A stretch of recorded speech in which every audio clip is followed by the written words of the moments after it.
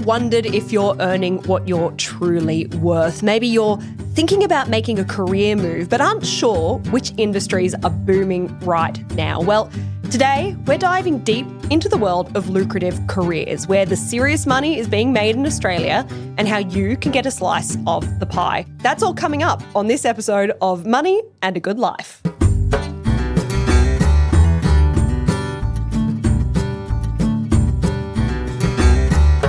My name's Stephanie Coombs and I'm here with my co-host and our resident money expert, Ryan Watson. Hello, Ryan. Hi, Steph. How are you? Oh, not bad. Up to anything fun recently? No, not really. Just trying to enjoy the weather. This is the fun thing that you're doing. It is. Exactly right. Well played. And today we're joined by career and interview coach Leah Lambart.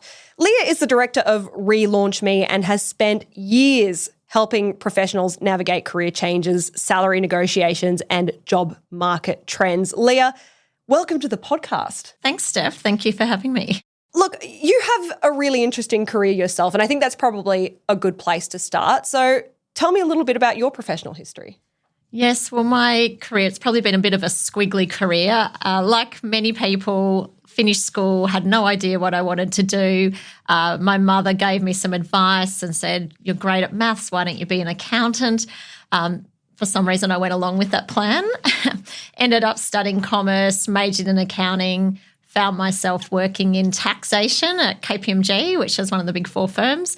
Loved the people, loved the environment. The firm was terrific, but I hated the work. And so I made my first career change into recruitment. So leveraging off my accounting background, recruited accounting and finance candidates for 6 years, then moved internally into a law firm, did some internal recruitment for them. Then I made another pivot into project management, so helping companies select and implement recruitment technology. And then I had 6 years out of the workforce having 3 children. During that time, I did a lot of self-reflection and really thought about what I wanted to do next. And I always loved recruitment, but I liked helping the candidate, trying to help them work out what they wanted to do next, helping them prepare for interviews, helping them with their resume.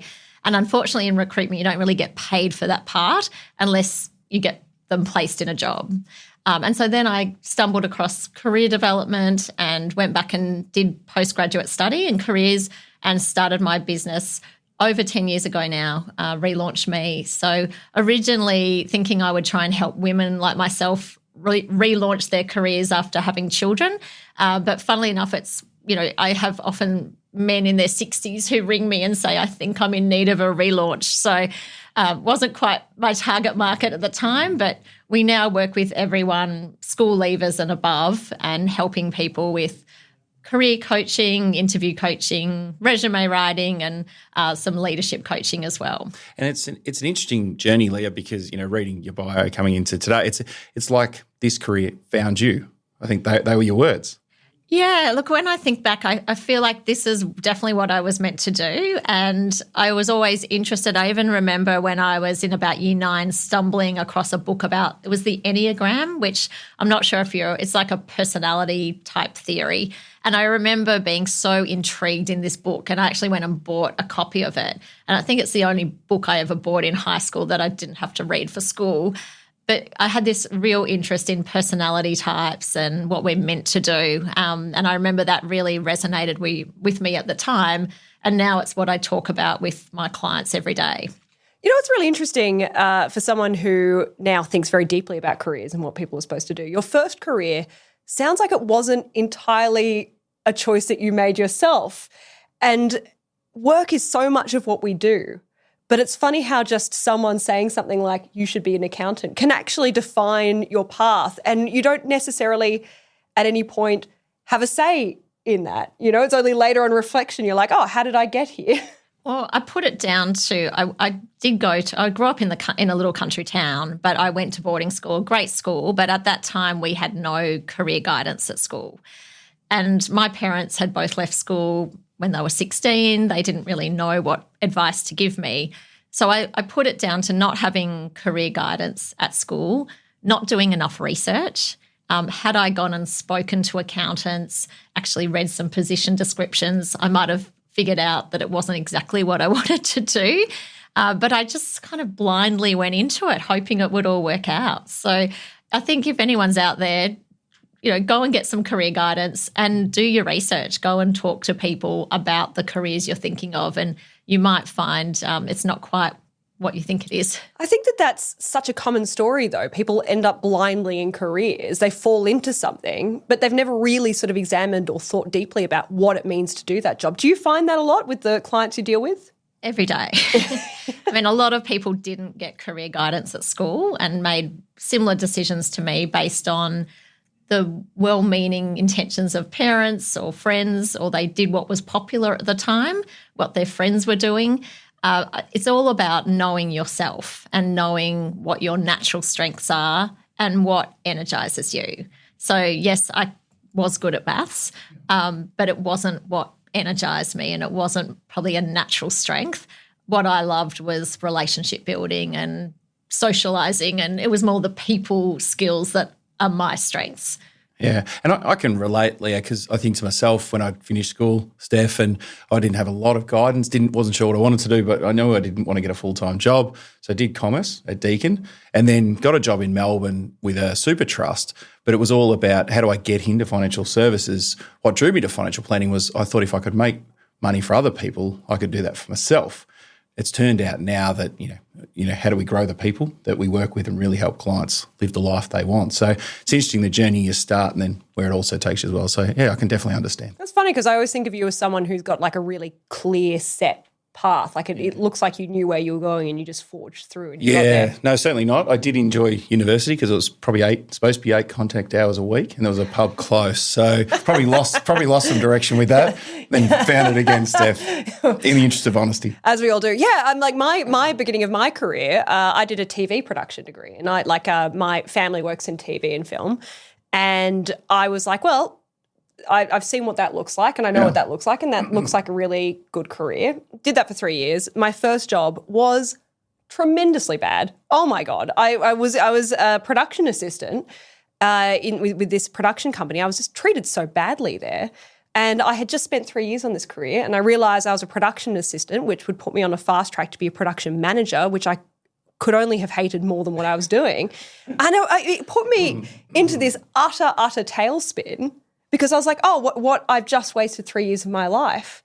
And in a very short amount of time, I stayed in that job for a month, and I'm like, this is wrong. And so I did a master's in journalism because why choose one hard to navigate career when you can have 2 hard to navigate careers? So it sounds like we're almost 3 for 3 of finding our own way. Yeah, one door closes and another door opens. Yeah, right? well, that's it. Yeah, and then I ended up doing journalism, and it's taken me to wonderful jobs like this, which I enjoy immensely. But not everyone's lucky enough to realise that early. Some people go quite far down the road before they do. Absolutely. And I think a lot of people, lots of parents will say, oh, it's okay, you can work it out, like just go and do something. But your HECS does add up. Yes, it does. I think often, people forget that, you end up with this big HECS debt because you've done a bachelor, then you've done a master's. And often people say, look, I actually want to go and do another master's, but I just can't afford it because they realise they're still in the wrong area. And often when you do these courses, it could be the bachelor and the master's, which could be 70 grand. It can be really expensive. The job that you actually get into at the end of that doesn't even pay that well. So, just because there's a lot of study doesn't necessarily mean you end up with a high income. Mm-hmm. So let's say someone's listening to this right now and they're one of these people who they wandered down a career path they didn't necessarily choose for themselves but ended up in, and they're not making enough money or they're just fundamentally unhappy. I think that there's a lot of people in Australia who are going through this right now. What do they do? Where do they start? First step, self-assessment. So really thinking about what are their strengths, what are their interests, what are their values, what sort of work environment do they want to be in.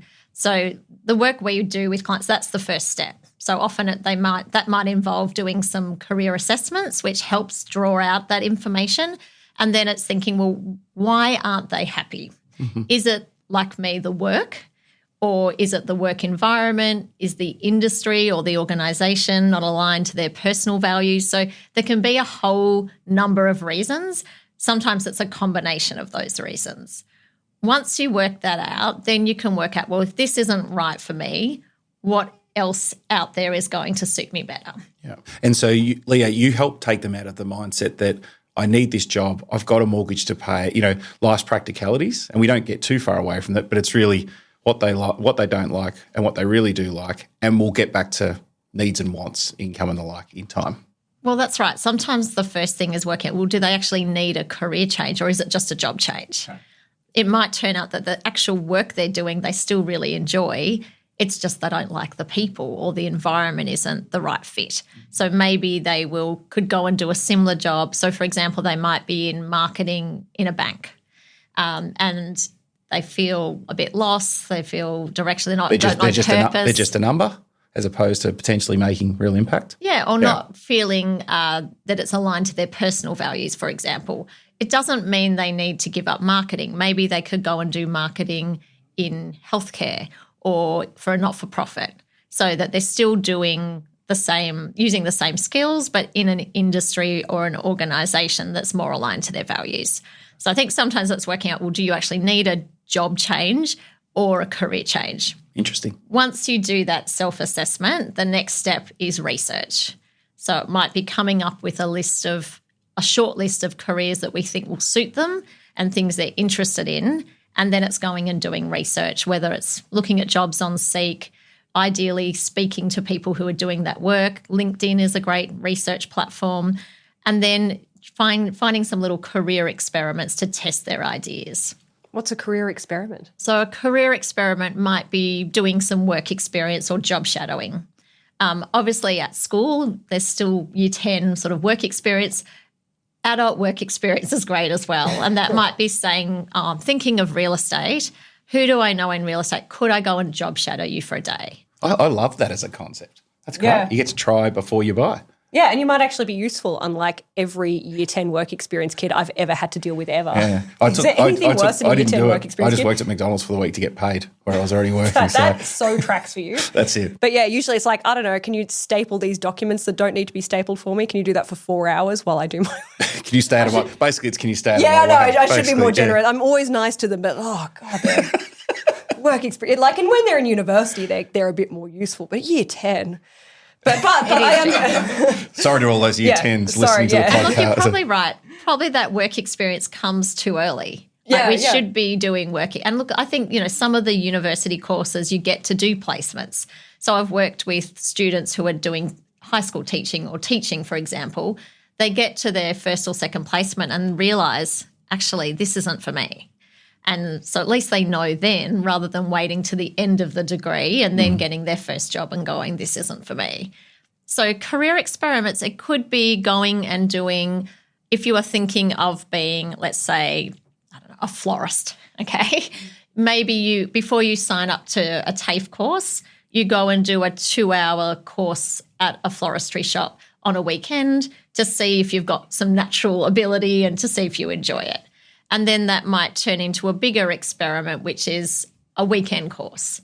And then that might turn into something else, going and working in a floristry shop, for example. So it's thinking about how can we design little career experiments or even little mini short courses online before we enroll in a bigger course. It's funny that I think you get stuck in your own line of thinking when it comes to jobs. So my imagination for what jobs exist is very limited to my experience of the working world. So when I think about jobs, I'm obviously thinking about what's happening in the media and because that's all I know.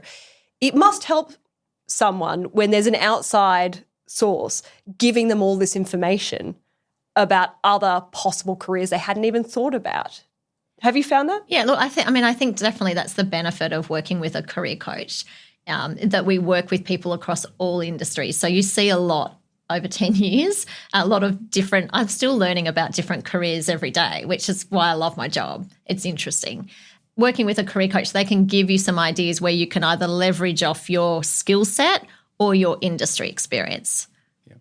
What I'm also hearing, Leah, is you help give people greater understanding. You mentioned before about personality profiles. So for us at Tribeca, when we hire, we always use DISC profiling, and it's only a piece of data, but we find it's great understanding for the candidate as well as how people will fit into our wider tribe as well. I loved it when I first learnt that. It made me understand a lot more about myself, if that makes sense. I think any sort of personality testing, I do strengths coaching as well, which is not in the gym. It's using a strengths coaching, like a strengths assessment where we look at 60 strengths.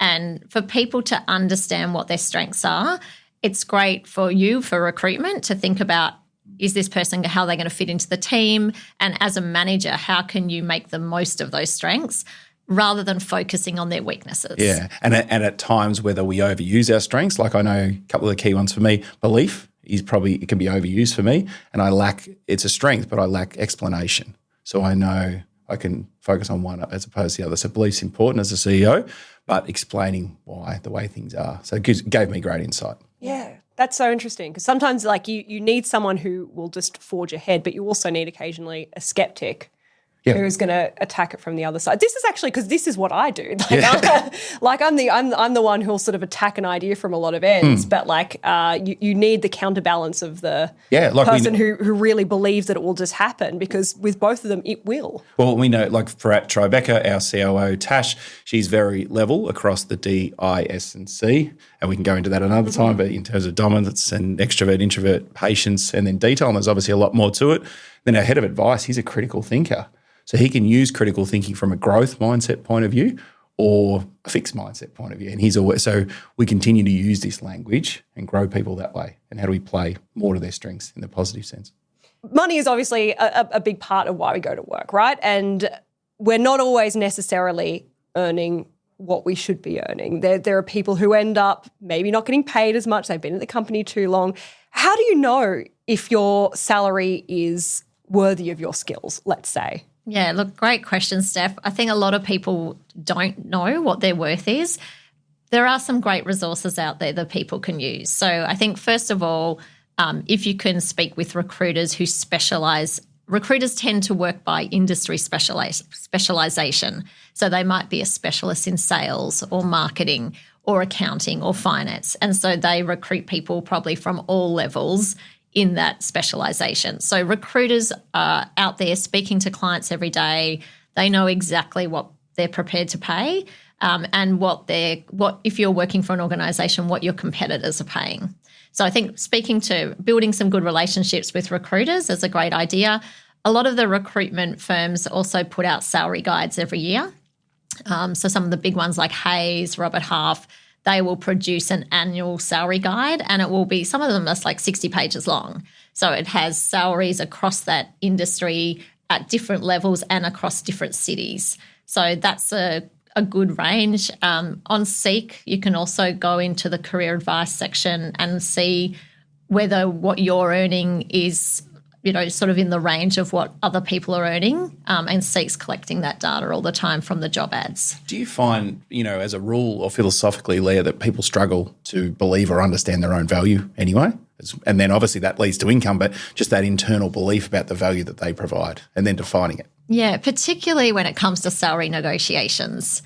I think there's also, a lot of research out there about, maybe the males are perhaps a little better at being in touch with their worth and really selling themselves in those types of situations, where women, I guess we've perhaps, don't talk about money. It's rude, or it's, it's going to embarrass people. So we tend to not perhaps sell ourselves as much. So, I think if you can find what your worth is in the market by speaking to friends who are doing similar roles elsewhere, doing that research, it gives you the evidence behind, so that when you go into those conversations, you've got something to back you up. Some of the easiest and most enjoyable remuneration conversations I've had at Tribeca are with people who come prepared and they actively present. Doesn't matter, obviously, what they're sexy. I love the fact they put the time in, they understand their value, they can demonstrate it, they stand behind it. So it makes the end output of the salary or the remuneration quite easy. I love people who put that forward. Yeah, and being able to go to you and say, this is how I've added value in the last 12 months. Exactly this is right. the clients that I've brought in. This is the revenue I've helped generate. This is the time I've saved, or the efficiency or effectiveness we've created. It makes for a really enjoyable experience. I think on the flip side of that, where people often go wrong with those conversations is making about personal reasons.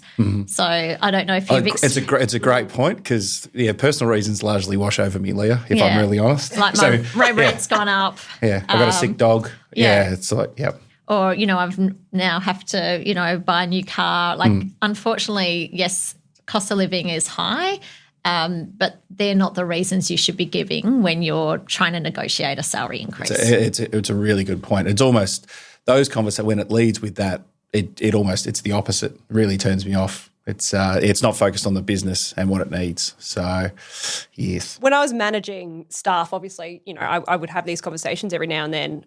And I would tell people, and I told my staff, look, money conversations, you're awkward going into it. It's always awkward going in and talking about cash. We're so conditioned to find that uncomfortable. But why?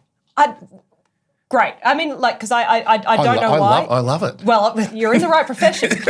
Lucky you came here. That's why you're the resident money expert. Yeah, that's it. But I said to them, look, if it's uncomfortable for you going to it, I promise it's just as uncomfortable for the manager. And I said that there's actually a little bit of strength you've got there, a little bit of capacity. If you go in feeling comfortable, knowing that they're going to feel a little bit awkward about it, that's not a bad way to sort of leverage yourself in. And if we all accept that as equal playing field, I think it actually makes it easier to have those conversations too. Yeah, I still think you need to probably give your manager a heads up before. Oh, yeah, definitely. Yeah. You don't want to catch them unaware. It's got to be the right timing. So I think sometimes a meeting request saying I'd like to talk about my salary might allow them to do a bit of research and not be, I don't know. What do you think about that, Ryan? Yeah, absolutely. Well, we like to practice clear is kind at Tribeca. So, the heads up, love an agenda. Also, from a business or a practical point of view, budgets are largely set if we're running a financial year in Australia from July. So, people coming for impromptu salary reviews that aren't based on promotion are quite difficult for small to medium-sized businesses to absorb, just in practicality. If you're being promoted, then a remuneration increase would obviously come with that as well. So, but no, a heads up and a detailed discussion, and just as you've articulated, Leah, doing your research. There's people out there. There's the internet. Confidence will come in the discussion by being well prepared. That's what I would say. And don't give ultimatums unless you're willing to live them out, I think is the other Yeah, focus on logic, focus on logic, not emotion, for sure. I'm sure you've said that as well before. Yeah, definitely agree with that, Steph. Yeah. Now, if though you're in a profession maybe and the salary just isn't there, or it's an industry that's winding down and you are actually looking for a career change, what you're suited to will be entirely dependent on your own life and your own experience and your own study. But are there, Leah, some unconventional or lesser-known career paths that are getting surprisingly high incomes at the moment? Yeah, good question, Steph. I'm sort of with this question, where do I start? Look, there is a lot of money to be made in careers where you don't necessarily have to do a university degree, but it usually requires some form of training and accreditation and then on-the-job experience. So some examples of that might be, for example, construction. If you are a construction or project manager, often people in those careers have come from a trade background, which has required them to do an apprenticeship for a couple of years where they don't get paid a huge amount. But over time, particularly if they were to have their own business, they can earn very good money. Another area where typically you haven't had to have a degree would be something related to sales. So sales jobs, business development, that could include real estate, recruitment. In the past, people often got into those entry-level roles more based on personality. And maybe over time that's changed a little. So if you see jobs now for graduates, they might say ideally a business degree or some relevant study. You don't really learn sales skills in a business degree, but it demonstrates a level of commitment and discipline that you've stuck something out. But you will see huge money in sales. I'm often working with people who are on over 200, even 300,000. As we know, they have a base salary plus commission. If it comes naturally, if you do well, if the economy's good, they can do extremely well. And some of them, in earning that sort of money, may not have done any study. Yeah. And somewhat easy to justify those levels of income, I imagine, Leah, because it's directly related to the income they bring into the business. So income, less expenses, what they're paid. So they have a direct effect into how successful a business can be through the income they can generate. Well, absolutely. One of my most successful friends, he came to Sydney, wanted a job, ended up driving around a forklift in a warehouse or whatever. But he's a good talker, nice, good talker, whatever. And eventually the business they were working for is like, man, you should be in sales. He's like, nah, I don't want to work in sales. It's like, no, go on.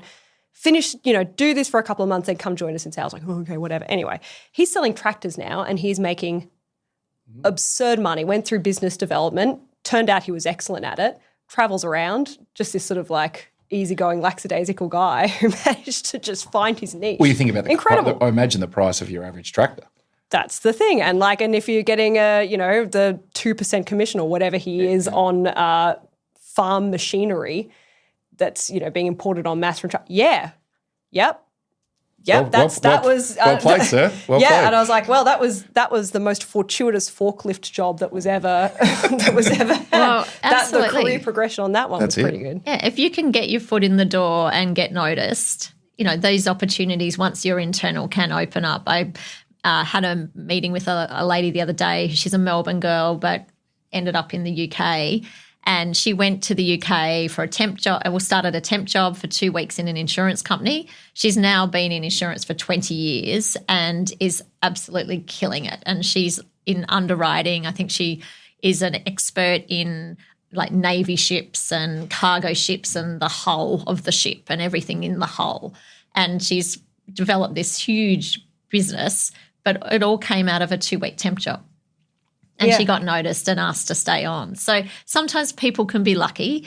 Other areas where there's good money to be made would be in areas often operating like heavy machinery in mining, like drilling operators, people who have probably got some sort of certificate or accreditation or license, but because they're often working in remote areas and they might be working shift work, they're earning really big bucks. So you don't always have to go to university to earn high dollars, but you might have to make some sacrifices by going regional or some remote areas for a period of time. Just making money as well, though, is not necessarily the road to happiness. I'm sure as well you've, in your line of work, have met with some people who are making good money but are now sick of it and are looking for a career change. Have you got a lot of experience with that? Every day. Really? Yeah. Yeah. Look, I work with people often who are coming because they want to do something more aligned to their personal values. So they might be might have their own business. They might be working in something like sales or marketing, earning over $200,000, but they don't want to get out of bed in the morning. Our values change over time. I mean, I know when I was 20, all I cared about was working in the city, wearing a suit. That was really important, working in a nice office, strutting up and down Collins Street in my heels. Now I couldn't think of anything worse. I drive through the city and I think, oh, those poor people. I'm happy working from home every day in my activewear half the time. So your values change, particularly often when you have a family and as you get a little older. And often what really motivated people when they first chose their career doesn't motivate them at all anymore, and they want to do something more meaningful. Have you also found that this has been heightened maybe post-COVID as well? Like people are being more authentic or being more real to what they actually want to do? Definitely people got a taste of obviously working from home, being more available to their partner, their children, being more involved in their life. A lot of people had more time to exercise, didn't have to spend 10 hours in the car commuting. So that definitely changed a lot of people who decided they didn't want to go back to corporate city jobs. They wanted more flexibility, better work-life balance. So people come for all different reasons, but a lot of the people that come to see us, it's because they want to help people in some way and want to feel like they're making a more positive contribution to society. That's interesting. Yeah, the contribution, because I don't think that we used to talk about when I was, going through university, I don't think that, values and what you're giving back really featured. It was just you got a job because you needed to get a job. And what we've seen through financial advice, particularly during and post-COVID, people are just being more honest with themselves about what they actually want to do and what's really important to them. We've spoken before, Steph, family, friends, holidays, hobbies, and experiences. And when we see people, obviously without judgment, we see people in big jobs. So they might earn a lot, but it doesn't mean that they've got any more money. And what I mean by that, time poor, so they might delay decisions on holidays, or there's excess expenditure because they're not happy. They'll try and buy their way back to things. So bigger job, bigger income, a lot of the time doesn't mean more money, if that makes sense. That's exactly what I see, that they earn more and so they start buying better cars, they buy a bigger house, they have more expensive holidays. So their savings hasn't changed. That's right. And trying to plug the hole. And that's where, if they do want to make a career change, that's where it gets tricky. So for people who are in that position where they have to maintain that income, or they might have to make some big decisions about moving to a different part of Melbourne or a smaller house. I was literally having breakfast with a mate of mine. He's a CEO. He's also a client at Tribeca. He's talking about trade-offs, and he's probably at the end of where he wants to be. He's close to 50 in terms of professional life, and he talks about it's an example where he's bought 4 different types of swags. And he said, but this one's got this version. I said, okay. So he's worried about the longevity of his money if he sells his company and, basically hands in his career. And I said, in a practical sense, what we see is if you've got more time and there's less stress, you won't be making those purchases. Or as silly as it sounds, you might sell one swag on Gumtree to then buy the one that you actually want, as opposed to multiple purchases. So it's the most small example, but that's how we see it playing practically. Yeah, it's funny as well, the swag when you're a CEO, right? That it's not the swag, it's what that represents. Yep. It represents the trip and the freedom. But it's actually it's not that he's buying, suede suits or whatever. No. It's the swag, which is obviously he wants to go sit on a beach and. Oh, it's funny you mentioned the beach. Happiest times for him, trip around Australia with a caravan, being at Noosa and just going for a swim in the afternoon.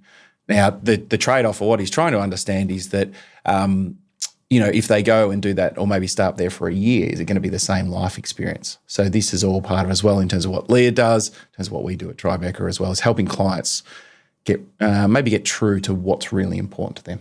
If people are looking to maybe grow their salary, or they feel like the Australian market is a little bit tricky for the job that they're looking, there's always so much movement, AI is changing things or whatever. Should Australians consider maybe international opportunities? Are there good jobs overseas and better salaries overseas? Look, I think there's definitely great opportunities for Australians to go overseas if they've built some experience here first.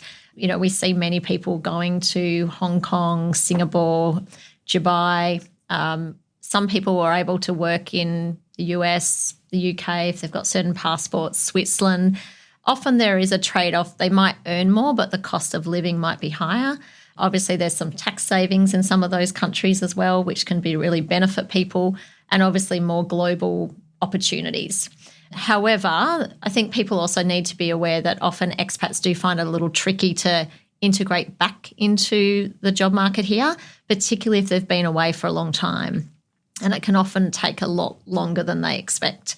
So if people are planning to go and work and live abroad for a while, I would say really work hard to maintain your working relationships back home whilst you're away. Maintaining the network, feeling like maybe even visiting, connecting with people, it will make it easier to integrate back if they've been away for a while. Also potentially a good opportunity if they're heading back on a holiday, maybe to make it tax deductible if they're taking a few business meetings when they're back too. That's not tax advice, by the way. No, we don't give personalised advice. Exactly. General only. General advice only. Yeah, I hear about people going to Singapore, and again, I think it's that lifestyle bloat and the expectation of the money that, if you are making really big cash, it does sometimes trap you in places where you don't necessarily really want to build your life. And I think that if you are, just from a human point of view, if you're going to go and take a job that is purely to make cash, you have to be very clear about your purpose and when you're going to come home and how you're going to spend your money. Because if you're miserable, you just end up spending money to try and make yourself feel good, and then it's just a wasted decade. Yeah, absolutely. I must say that, when I speak to people who've lived in Hong Kong, Singapore, having a live-in nanny has always been very appealing to me. I'm glad you mentioned that, Leah, because that's what I've seen when people come back to Australia is one of the hardest things. The practical example, a child that isn't even used to, and as an 8-year-old, used to putting on his own shoes, so much so that they had to take the shoes. They're on a tram where the kid's got no shoes on because the help he's not there. That's back in Australia. Oh, yeah. So, yeah, that's more of the qualitative. So I've heard some of those stories as well. Isn't that There's funny? not someone there to do it. Yeah. But that's like sounds like you should have come back about 4 years ago. Right? That's it. That sounds like it got a little bit too easy for everyone involved over there. Now, I've heard about professionals who are building portfolio careers. Can you talk me through what that means? Yeah, look, that's definitely becoming a lot more common. So a portfolio career means that someone might still work full-time, but they might earn income from 3 different sources doing 3 completely different things. So an example might be, let's say I am a career coach 3 days a week, but I also do some yoga instructing, which I don't, but if say I did, some yoga instructing, or I work as a Pilates instructor for a couple of sessions a week, and then I might have some income coming in from some freelance writing. So it's a great option for people who are multi-passionates. Often, if anyone knows the Myers-Briggs, they're often more of an N, like a creator or an adapter, which is more on the P side, perceiving, which means they like flexibility, they like variety and get bored easily. So often certain personalities really gravitate to that type of career. And often people at the sort of towards retirement, they might scale back a little bit. For example, they might do a couple of days of consulting, they might have a board position, and then they might even throw a day of volunteer work in, for example, or work as a business coach for an hour or a couple of hours a week. So portfolio careers, it's often about what stage of life you're at. And also, there's an element of risk, I guess, if you don't have one full-time job where you have consistent income coming in. We were told for so many years to be a specialist, to do one thing and get really good at it, but that's not necessarily the workforce that we're in today. So I'm one of these people who this is very much explains where I am. I've got a lot of competing interests, and it's always a little bit difficult describing who you are, or you have to describe yourself differently wherever you're in a room, because people want to pigeonhole you. Well, now you can say you have a portfolio career. I can, yeah. But there was a time where we were really told not to sort of, don't be a jack of all trades. Jack of all trades has a, slightly negative connotation.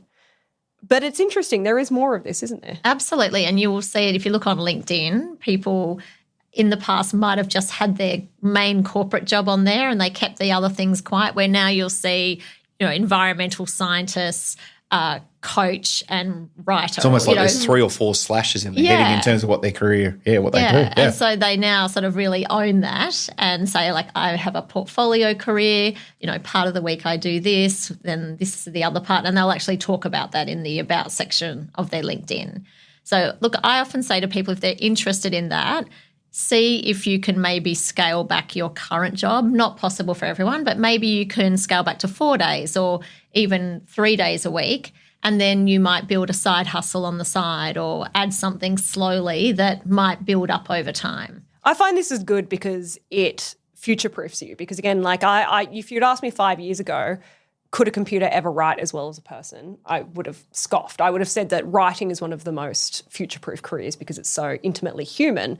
And then ChatGPT came along and everything changed. And so I realised that my ability to predict what is coming next is really limited as what's coming next, right? and how quickly it's coming. Right? So I kind of think that it's not bad to have a few things that are sort of few possible careers to chase down, because we don't actually know what the next innovation is that could actually just carve out an entire industry tomorrow. I would also think too, Leah, that doing multiple things, one might fuel you, therefore increase the longevity of you maybe doing something else for a longer period that you might not have done if you were doing that full time as well. So it might increase your ability to do something as well. Yeah. Well, that's right. You might maintain that corporate job, which might pay well but be a little boring. That might be 20 hours a week, but then you might be able to throw in something that's your passion job. So it might be something creative or a helping job where you go and do disability work 1 day a week or something like that. So, I've got some clients who work in corporate, but one of my clients, she's got a therapy dog. And so she goes into 1 day a week, she goes into nursing homes and hospitals with her dog. That sort of really lights her up and fulfills her without really stopping her corporate career and then, going and being a nurse or something like that. Yeah. So she's getting, that sort of itch scratched by helping people, but it's not, she's still earning a high income and can support herself. And to your point, Steph, earlier, I don't think we're not hearing enough about this possibility. I love hearing that from Leah in terms of what her clients are. We can almost get on those mental tracks. But there's a lot of things that are possible. Yeah. And to have your horizons expanded, you do actually just have to talk to someone else because your brain forms ruts. You do the same track back and forward and it's like walking back and forward in snow and you don't actually realise there's a whole big field out there. That's why there's experts like Leah. Yeah. And then suddenly you realise, oh, well, I didn't have to be that way. But a bit of extra perspective, I think, can really change your life. Yeah, absolutely. I think it's about taking the blinkers off, and that's why I encourage people to get out and talk to other people and find out what they do for work and how could they be involved. It might even be involved in a little project outside of work that you get to do something different and something interesting. So little career experiments, again, can build into big things. So it's just finding a way that you can test your ideas, and it might, end up being a new business idea or a new career.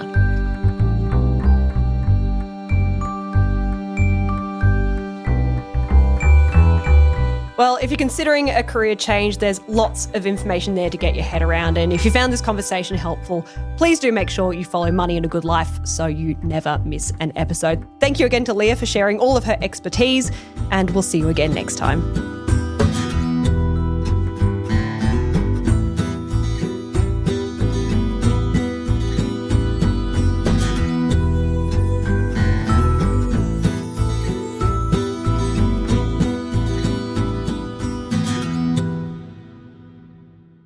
Advice given in this podcast is general in nature and is not intended to influence decisions about investing or financial products. Our listeners should always seek their own professional advice that considers their own personal circumstances before making any financial decisions.